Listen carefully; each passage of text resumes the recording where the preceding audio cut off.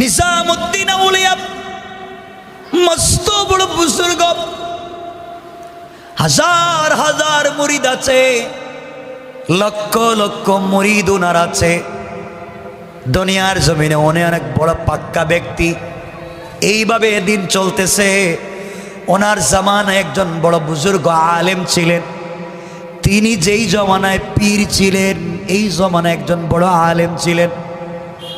আলেমের নাম ছিল ফকিহ জিয়াউদ্দিন রহমাতুল্লাহ আলাই। কথাগুলা মনে রাখবেন। নিজামুদ্দিন আউলিয়া যেই সময় বড় আবেদ, ওনার হাজার হাজার মুরিদ আছে। ওই সময় একজন বড় আল্লাহর আলেম ছিলেন দুনিয়ার জমিনে, যার নাম ছিল ফকিহ জিয়াউদ্দিন রহমাতুল্লাহ আলাই। কথাগুলা মনে রাখবেন। ফকিহ জিয়াউদ্দিন সব সময় নিজামুদ্দিনকে বলতেন বেদাতি। কি বলতেন? বেদাতি বলার কারণ হলো নিজামুদ্দিন আউলিয়া নামাজওয়ালা, রোজাওয়ালা, তাহাজ্জুদওয়ালা, কোরআনওয়ালা, জিকিরওয়ালা, পর্দাওয়ালা, এতে কোনো সন্দেহ নাই। মস্ত বড় আবিদ, তাতে কোনো সন্দেহ নাই। কিন্তু তার মুরিদের একটা কাজ করত। তিনি যেই জায়গায় বসে থাকতেন, মুরিদেরা বিভিন্ন সময় তার নাম নিয়ে সামা করত। সামা, সামা বুঝেন তো? এটা বুঝেন না উনি? সামা বুঝেননি? মানে যে ডোল তো বুঝেন, ডোল মানে এক সাইড খোলা এক সাইড বন্ধ। এটা দিয়ে তারা সামা করতো, মানে এই যে ডুলে বাড়ি দিত, এগুলা দিয়া দিয়া তারা গান গাইত, জিকির করত। এটা দিয়া তারা, যাকে আমরা কেউ বলে দোফ, কিন্তু ওই সময় এটা ছিল গানের জন্য, সামার জন্য, জিকিরের জন্য। পিসাব বসলে মুরিদেরা দেখেন আজকালকের পিসাবরা কি করে, কিছু পীর আছে না, ডুল বাজায় না গান বাজায়, গান বাজায়। তো নিজামুদ্দিন আউলিয়ার সময় এই গান ছিল না যে নারী পুরুষ এখানে নাচানাচি করে ল্যাংটা বাবার দরবারে। দিল্লির নিজামুদ্দিন আউলিয়া মস্ত বড় আবেদ, নামাজ পড়েন, তাহাজ্জুদ গুজার, এতে কোনো সন্দেহ নাই। তার দরবারে নারী পুরুষ আসার কোনো সুযোগ নাই। সুন্দর করে চালাচ্ছেন, কিন্তু তার মুরিদারা বেশি ভালোবাসা ভালো, কথা বলেন, ভালো না। ওরা ভালোবাসতে গিয়ে এক পর্যায়ে সামা করে ডুল বাজায়, কিন্তু তিনি তাদেরকে নিষেধ করেন না। তিনি তাদেরকে নিষেধ করেন না। এইভাবে চলতে আছে। মানুষ যখন এই সময়ের সব থেকে বড় আলেম ফকিহ জিয়াউদ্দিনের কাছে নিজামুদ্দিন আউলিয়া সম্পর্কে জিজ্ঞাসা করে, হুজুর আপনি বলেন তো নিজামুদ্দিন আউলিয়া কেমন? ফকিহ জিয়াউদ্দিন বলেন, নিজামুদ্দিন আউলিয়া ভালো, নামাজ ভালো, রোজা ভালো, জিকির ভালো, পর্দা ভালো, সব ঠিক আছে, কিন্তু তার মুরিদেরা সামা করে তিনি দেখেন, নিষেধ করেন না। এই জন্য তিনি বিদাতি। মরার আগে বলবো বিদাতি, কিয়ামতের দিনও বলবো বিদাতি। কারণ যিনি জিকির করতে গিয়া মুরিদেরা গান বাজায়, সামা করে, নিষেধ করতে পারেন না, আমি কোনোদিন তাকে মানতে পারি না। যাকে ভালো বলেছি ভালো, যাকে খারাপ বলেছে খারাপ। আমি ছোট ছোট পীরের কথা বলতেছি না, ডাইরেক্ট নিজামুদ্দিন আউলিয়ার কথা বলতেছি। দেখেন কি হয়। আমার বন্ধুগণ, এইভাবে চলতে লাগলো দীর্ঘদিন। নিজামুদ্দিন আউলিয়া জানতে পারলেন ফকিহ জিয়াউদ্দিন তাকে বিদাতি বলেন, তাকে মানেন না। তার সবগুলা কাজ তিনি মানেন, কিন্তু সামা করাকে তিনি মানেন। কথা বলেন। আপনি আপনার পীরের মুরিদ ভালো করে মানেন, আপনার পীর যদি ভালো কথা বলে মানেন, কিন্তু পীরও গাঁজা খায়, আপনিও গাঁজা খান, পীরও ফেন্সিডিল বেচে, আপনি ইয়াবা বিক্রি করেন। এমন পীরও জাহান্নামী, মুরিদও জাহান্নামী। এদেরকে যারা সাপোর্ট দেয়, যারা মানে, সবগুলা জাহান্নামী। কন্যা আউযুবিল্লাহ।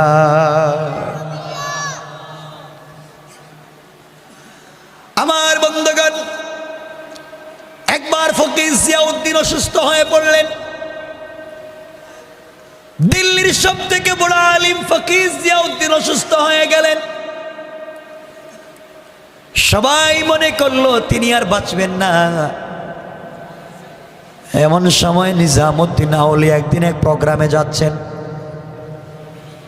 রাস্তায় যাওয়ার পথে মুরিদেরা বলছে, পীর সাহেব হুজুর আপনি জানেননি কোনো খবর? তিনি বললেন, না জানি না, কি হয়েছে? সবাই বলতেছেন, পীর সাহেব শোনেন, আপনাকে যেই ব্যক্তি সারা জীবন বিদআতি বলেছে, আপনাকে যেই ব্যক্তি কোনোদিন মানতে চায় না, পাবলিকের সামনে আপনাকে বিদআতি বলে ছোট করে, ফকির জিয়াউদ্দিন অসুস্থ, সাকারাত শুরু হয়েছে, মরে যাবে। মুরিদের উদ্দেশ্য ছিল এই কথা যদি নিজামুদ্দিন আউলিয়াকে বলি তিনি খুশি হবেন, আর বলবেন সেই ব্যক্তি আমাকে সারা জীবন বিদআতি বলছে, ও মরে যাচ্ছে, মরে যাক।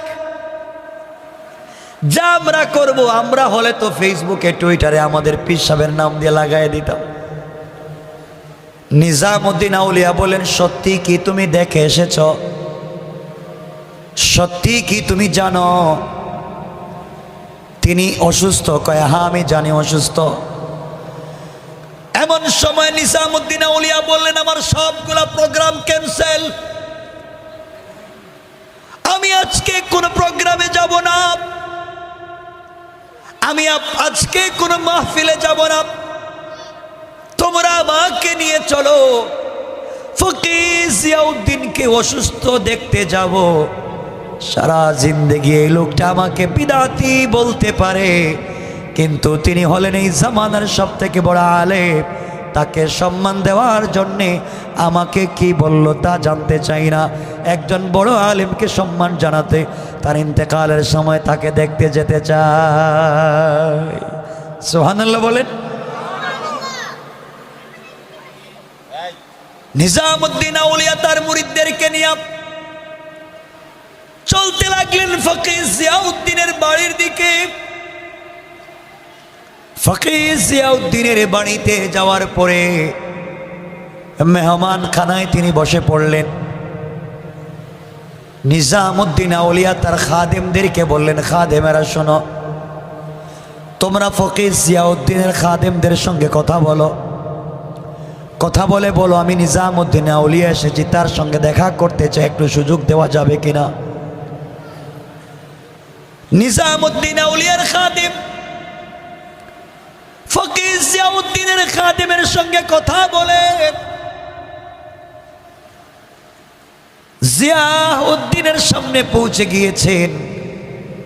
ফকির জিয়াউদ্দিনকে বলছেন, বড় হুজুর, নিজামুদ্দিন আউলিয়া আপনাকে দেখতে এসেছেন, মেহমান খানায় বসে বসে আপনার অনুমতি চাচ্ছেন, আপনি অনুমতি দিলে তিনি আপনার সঙ্গে দেখা করবেন।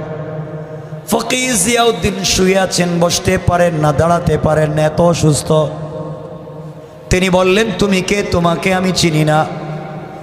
নিজামুদ্দিন আউলিয়ার খাদেম বলছে, আমি নিজামুদ্দিন আউলিয়ার খাদেম, আমাকে তিনি পাঠিয়েছেন দেখা করার জন্যে, আপনার সঙ্গে কথা বলার জন্য অনুমতি প্রার্থনা করেছেন। ফকির জিয়াউদ্দিন বললেন, তুমি চলে যাও। যে লোকটাকে সারা জীবন বিদআতি বলেছি, আমি হয়তো এখন ইন্তেকাল করব, না হয় কোন সময় মরব জানি না, বিছানায় পড়ে গেছে, উঠতে পারবো না। যে লোকটাকে সারা জীবন বিদআতি বলেছি, আজকেও বেদাতি বললাম, আর আমি ইন্তেকালের আগে কোনো বিদআতির চেহারা দেখে মরতে চাই না। চিন্তা করতেছেন? চিন্তা করতেছেন? যা সারা জিন্দেগি বলেছি এখনো তাই বলবো। নিজামুদ্দিন আউলিয়ার খাদেম গরম রাগ হয়ে নিজামুদ্দিন আউলিয়াকে এসে বলছে, হুজুর বলছিলাম যেই লোকটা আপনাকে দেখতে পারে না, সারা জিন্দেগি আপনাকে দেখতে পারল না, আজও মরার আগে আপনাকে দেখতে পারে না, সারা জীবন আপনাকে বিদাতি বলেছে, আজও বিদাতি বলে, আজকে বলেছে আপনার সব কাজ ভালো, আপনি সামা করলে কেন বাধা দেন না, এই জন্য তিনি আপনার সঙ্গে দেখাও করবেন না, কথা বলবেন না। তিনি চান মরে যেতে পারেন, মরার আগে কোনো বিদাতির সঙ্গে কথা বলবেন না। চলেন আমরা চলে যাই, তার সঙ্গে কথা বলবো না, দেখা করব না। নিজামুদ্দিন আউলিয়া চোখের পানি ছেড়ে দিলেন আর খাদিমকে বললেন, ও খাদিম আবার যাও, আবার যাও, আবার গিয়া বলো, একটু দেখো না অনুমতি চেয়ে দেয় কিনা। আমাকে যত বিদাতি বলুক, আমাকে যত গালি দিক, একজন বড় আলেম ইন্তেকালের আগে তার সঙ্গে দেখা করি। কিন্তু কেন? নবীদের পরে তো আলেমদের স্থান, নবীদের পরে ওয়ারাসাতুল আম্বিয়া তো উলামায়ে কেরাম, যার কাছে কোরআনের জ্ঞান আছে, আল্লাহ বলছেন তার চাইতে বড় কেউ নাই। সুতরাং উনি বড় আলেম, তাকে দেখা দরকার। আল্লাহ রাসূল বলেছেন, আলাইকুম বিমুজালাসাতিল উলামা, যারা আমি রাসূলের মজলিসে বসতে পারলো না, আমি নবীর অনুষ্ঠানে বসতে পারলো না, আমার অনুষ্ঠানে বসলে, আমার কথাগুলো শুনলে যেভাবে জিন্দেগির সগীরা গুনাহ মাফ হয়ে যায়, কেউ যদি হাক্কানি উলামায়ে কেরামের মজলিসে বসে, আলেমদের চেহারার সঙ্গে তাকায়া থাকে, আলেমদের চেহারার দিকে তাকায়া থাকে, আল্লাহ রাসূল বলেছেন তাদের জিন্দেগির গুনাহগুলো মাফ হয়ে যাবে। কোন সুবহানাল্লাহ। এই জন্য আমার মুসলমান বন্ধুগণ, নিজামুদ্দিন আউলিয়া বললেন, খাদিম রে আবার যাব, খাদিম আবার যাব, গিয়ে কথা বলে দেখ ফকির জিয়াউদ্দিন আমাকে অনুমতি দেয় কিনা। নিজামুদ্দিন আউলিয়া অহংকার করলেন না, কারণ আল্লাহ কোরআনে কারীমের 19 নম্বর পারা 25 নম্বর সূরা আল ফুরকানের 63 নম্বর আয়াতে বলেছেন, যারা আল্লাহর গোলাম ওলি হবেন, পীর হবেন, তাদের কোয়ালিটি কি, আল্লাহর গোলামের গুণ কি আল্লাহ বললেন।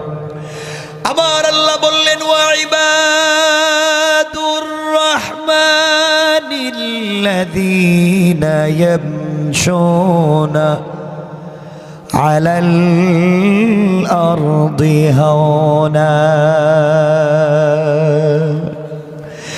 আল্লাহ রাব্বুল ইজ্জত ওয়াল জালাল বললেন, যারা আমি আল্লাহর গোলাম দাবি করবে, নিজেকে আশিক রাসূল দাবি করবে, আমি আল্লাহর ওলি যারা দুনিয়ার জমিনে দাবি করবে, আমি আল্লাহর গোলামের 1 নাম্বার গুণ হলো আমার গোলাম দুনিয়ার জমিনে কোনোদিন অহংকার করতে পারে না। কোন সুবহানাল্লাহ।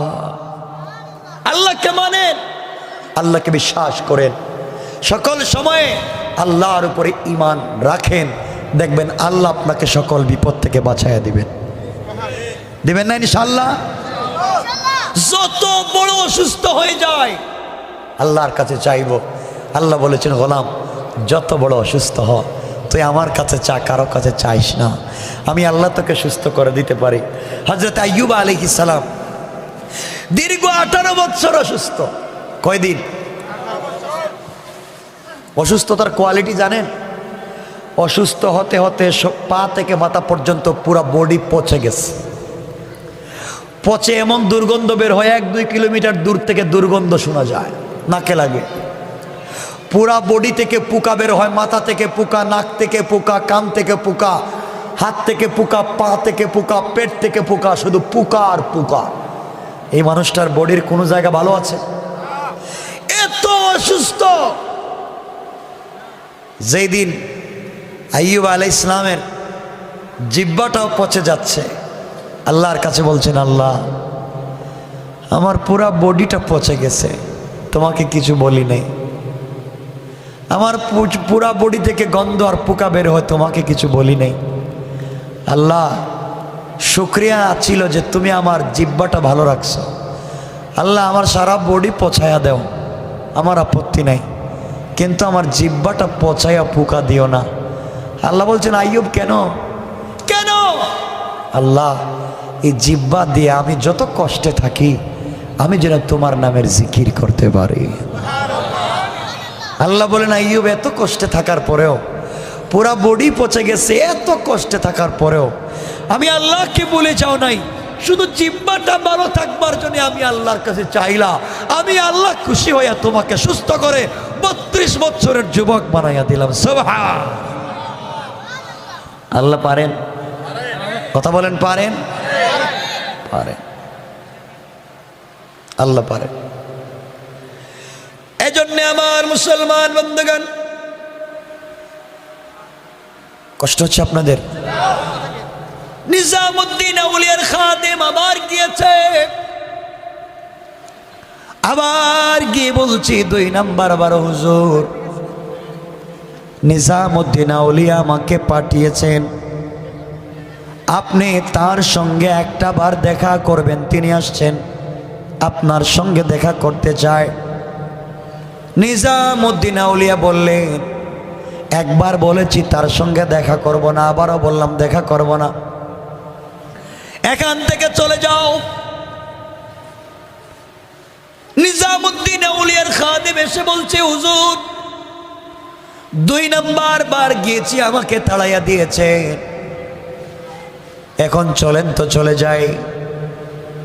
নিজামুদ্দিন আউলিয়া বললেন 2 বার গিয়েছো, তাড়াইয়া দিয়েছে,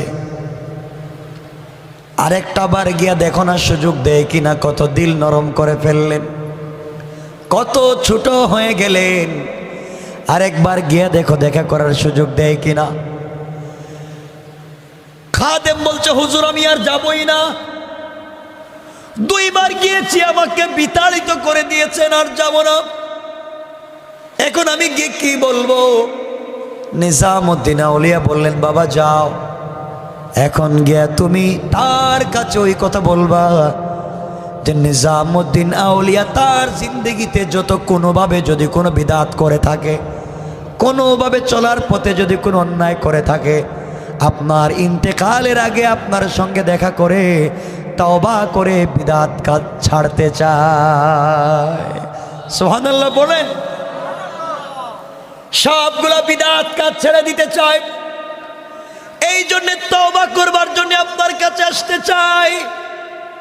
এই কথাটা আপনি তার কাছে জানাইয়া দিবেন, মনে রাখবেন কি বলতে চাই। দেখেন কি সম্মান, নিজামুদ্দিন আউলিয়া ফকির জিয়াউদ্দিনকে কত সম্মান দিলেন।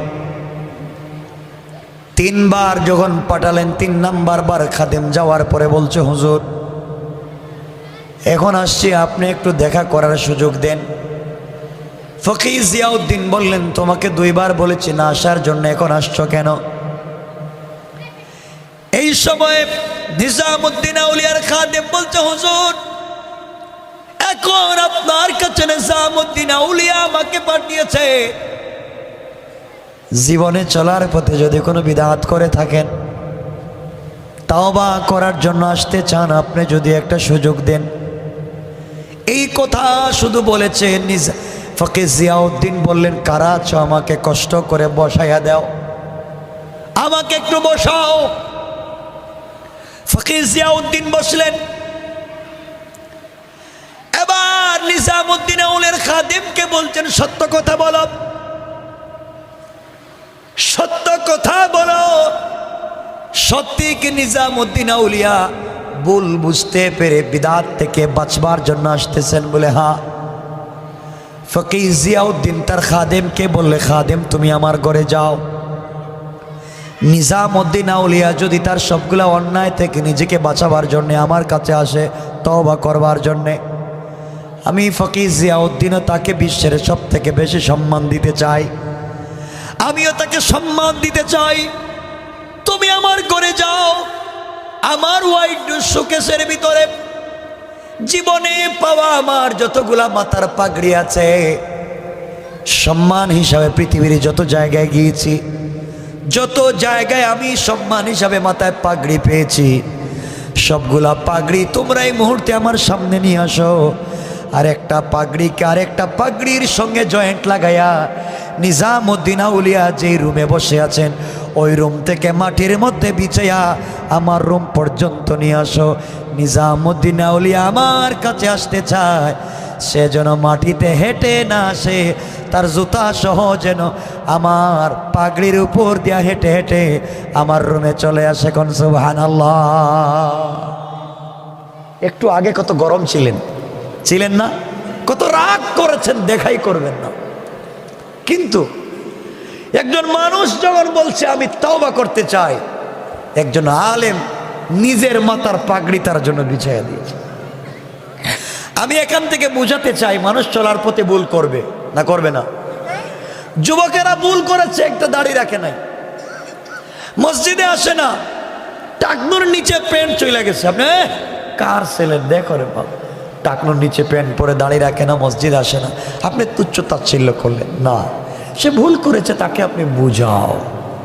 ঠিক বললাম না? তাকে আপনি বুঝান। সে বুঝে না, সে ইসলাম জানে না, তাকে আপনি ইসলামটা জানান। সে যখন ইসলামটা জানতে পারবে তখন আর ছাড়বে না।